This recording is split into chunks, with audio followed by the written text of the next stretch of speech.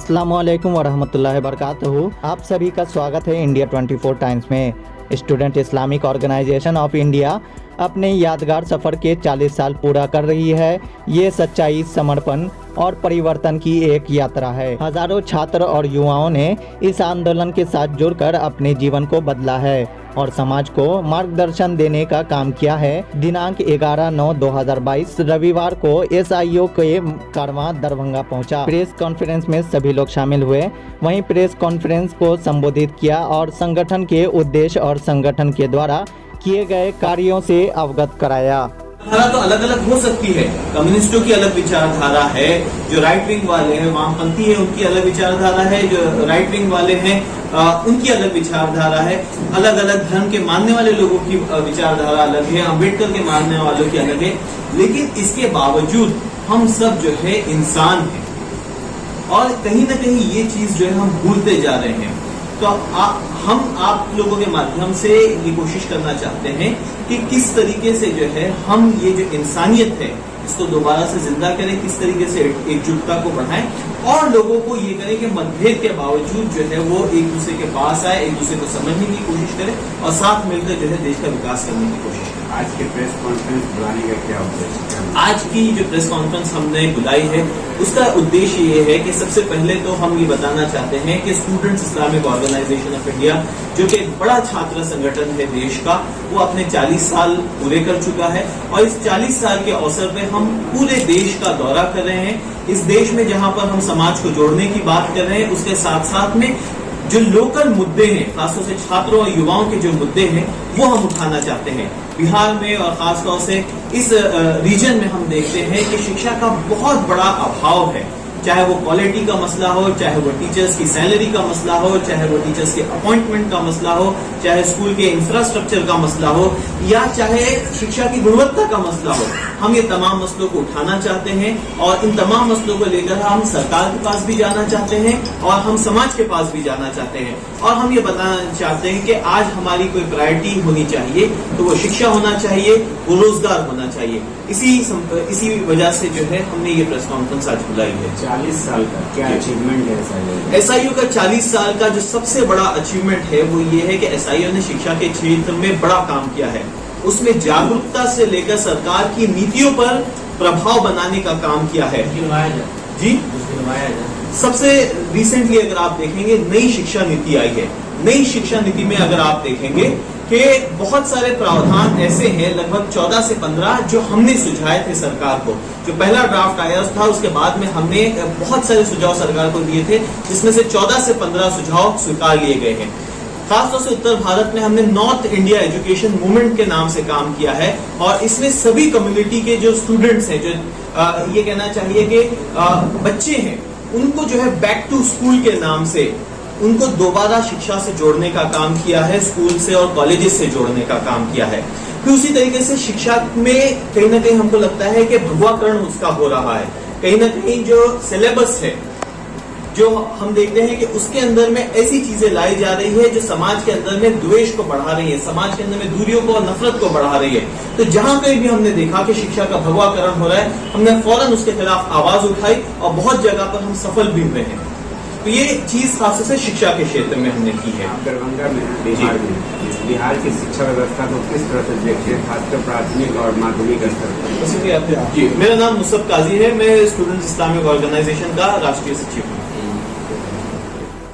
क्या क्वालिटी है वो बच्चे आज भी जाकर के स्कूल के बाहर किसी कोचिंग में पढ़ते हैं और कोचिंग का जो पढ़ाने का स्तर है वहाँ सिर्फ रटने और रटाने का मामला है। लिहाजा जो मतलब ये है कि जो युवा बच्चा है जो उस वक्त 11th और 12th में पहुंचता है या 9th 10th की हम बात करेंगे, तो इस दोनों स्कूलों में शिक्षकों की बहाली के लिए गवर्नमेंट को चाहिए कि वो जल्द से जल्द शिक्षकों की बहाली करे और टीचर्स की जो कमी है वो उसको दूर करे। तो हमें लगता है कि आने वाले समय में कुछ सकारात्मक बदलाव देखा जा सकता है। सर, अभी मुख्यमंत्री वही है, 15 साल से ज़्यादा हो गया, पार्टियां बदली हैं। आप इतने उत्साहित और उम्मीद से क्यों हो गए कि जो काम उन्होंने 15 सालों में नहीं किया वो अब कर देंगे?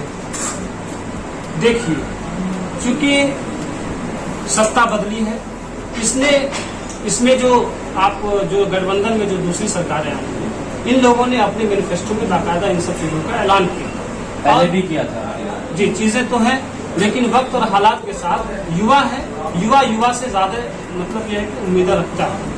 तो हम सरकार से ये उम्मीद करेंगे, ये आह्वान करेंगे कि वो इस चीज़ पे ध्यान दे, शिक्षकों की कमी को जो है वो दूर करें।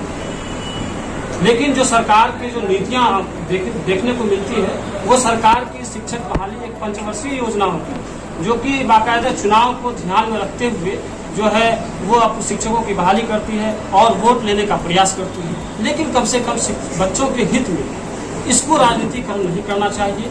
और हम चूंकि एक युवा उप मुख्यमंत्री भी है और चूंकि अभी जो शिक्षा मंत्री है वो भी एक प्रोफेसर है, लिहाजा चूंकि उनका शिक्षा से बहुत गहरा संबंध है, हम ये उम्मीद करते हैं कि जिस मंत्री का शिक्षा से गहरा संबंध हो वो जरूर शिक्षा के बारे में कुछ न कुछ बेहतर सोचने का प्रयास करेंगे। लिहाजा इसी उम्मीद के बुनियाद पर हम ये उनसे उम्मीद भी करते हैं कि वो ज़्यादा से ज़्यादा शिक्षकों की जो है वो बहाली समय पर करें, ताकि इस व्यवस्था को और बेहतर किया जा सके। नई शिक्षा नीति और शिक्षा में भगवाकरण जैसा आपने अभी कहा, इस बारे में आप क्या सोचते हैं और इसका हल क्या है, ताकि ये बहुत बड़ी घंटी है इस देश के लिए।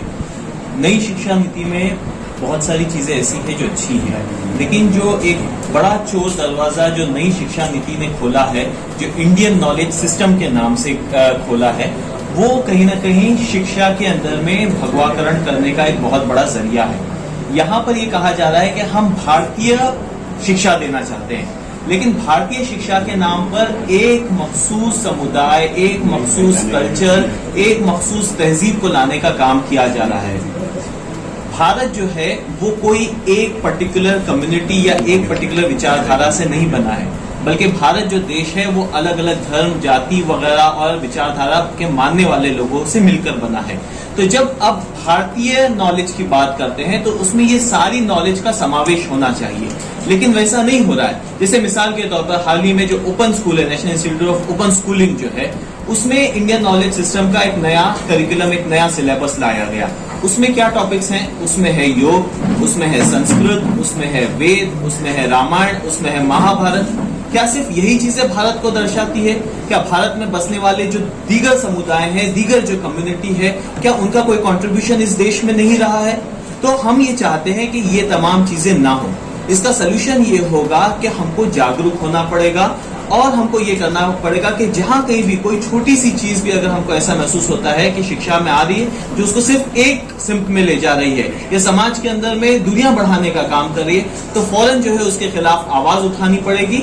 और जो दूसरी चीज हो रही है इस सरकार के माध्यम से कि जो शिक्षा पर कंट्रोल करने वाले जो इदारे हैं, चाहे यूजीसी हो गया, चाहे एनसीईआरटी हो गया, जितने भी ऐसे इंस्टीट्यूट्स हैं जो एजुकेशन को रेगुलेट करते हैं, वहां पर जो ये भगवा जहनियत वाले और भगवा विचारधारा वाले लोगों को लाकर बिठाया जा रहा है। तो हमारी ये मांग है कि इसका जो पॉलिटिसाइजेशन किया जा रहा है वो पॉलिटिसाइजेशन बंद हो, बल्कि ये जो इदारे हैं, ये जो प्रोफेशनल्स हैं, जो लोग शिक्षा को समझते हैं, उनके हवाले किए जाए।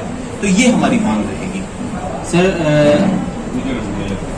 बिहार सरकार की ओर से योजना चलाई जा रही है, प्राथमिक विद्यालय और माध्यमिक विद्यालय में बिहार सरकार की ओर से एक योजना लाई गई निकल कर आया, जिसमें शिक्षक और शिक्षिकाएं लगातार ठुमके लगाते हुए दिखे हैं। क्या इसी प्रकार का उत्साह बच्चों को पढ़ाने में क्या शिक्षक शिक्षिका का स्कूल में भी होता है या ये नई पद्धति को थोपा जा रहा है? कैसा है ये?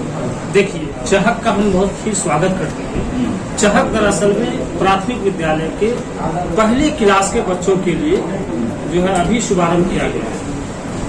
जो पहले क्लास में जो नामित शिक्षक हैं जो पहले क्लास में पढ़ाते हैं, क्योंकि पहले क्लास में बच्चा आंगनबाड़ी से आता है और आंगनबाड़ी में कोई सिलेबस नहीं होता है और आंगनबाड़ी में बच्चों को स्कूल जाने के लिए तैयार किया जाता है। तो ऐसे वक्त में जब वो बच्चे फर्स्ट टाइम जब वो स्कूल का दरवाजा देखते थे तो उनके लिए स्कूल के प्लेटफॉर्म पर आना गोया कि एक बहुत बड़ा मसला होता है। तो उनको किस तरह से रोमांचित अंदाज में बिहार यूनिवर्सिटी पर उसके जब AMU आया 2010 में, ये बात कही कि जमीन देने की बात किशनगंज में, उस वक्त भी हम लोगों ने बहुत पुरजोर इस बात को उठाया कि उसको ठीक किया जाए। सिर्फ AMU ही नहीं, BHU को भी लाया जाए। जितने ज़्यादा इदारे खुलेंगी, जितना ज़्यादा यूनिवर्सिटी आएगा, उतना ज़्यादा शिक्षा अच्छा होगा और समाज जो वो गुणवत्ता, समानता और समरसता से चलता है। और यही चीज़ हम स्कूल में सीखते हैं। और नई पीढ़ी जो है वो आज भविष्य भी है, वर्तमान भी है। और अफसोस की बात ये कि आप लोग ये सब बात बता रहे दरभंगा में नाच गाना ये सब चीज़ें हो रहा है, ऐसा इसलिए वीडियो वायरल ये एक्चुअली दरभंगा की बात नहीं है। टीचर डे पे तो एवरी संस्था में होती है, वायरल वीडियो होगा किसी ऐसा क्यों हो रहा है? वाहियात गानों पे बस ऐसा इस वजह से हो रहा है कि हमारा जो एजुकेशन का जो तरीका है या हम ले रहे हैं जहाँ वहाँ मोरल नहीं है। समाज जो है मोरली करप्ट हो गया। अब मोरली करप्ट होने में जहाँ सरकार स्कूल का जिम्मेदार है वहाँ हम सभी जिम्मेदार हैं। हम सोसाइटी खामोश है। अगर सोसाइटी अवेयर होगी, लोकतंत्र में यही है कि हम अगर अवेयर होंगे तो स्कूल अपना काम ठीक से करेगा, सरकार अपना काम ठीक से करेगा, वार्ड मेंबर अपना काम ठीक से करेगा, और स्टूडेंट ऑर्गेनाइजेशन जो वो यही करती है और हम अब यही कर सकते हैं। तो इस सिलसिले में कई बार लगातार हम लोग कोशिश जारी है, प्रयास जारी है, और ये उम्मीद करते हैं कि हम सब लोग जब अवेयर होंगे तो समाज अच्छा होगा। क्या नाम हुआ? तहूर अनवर।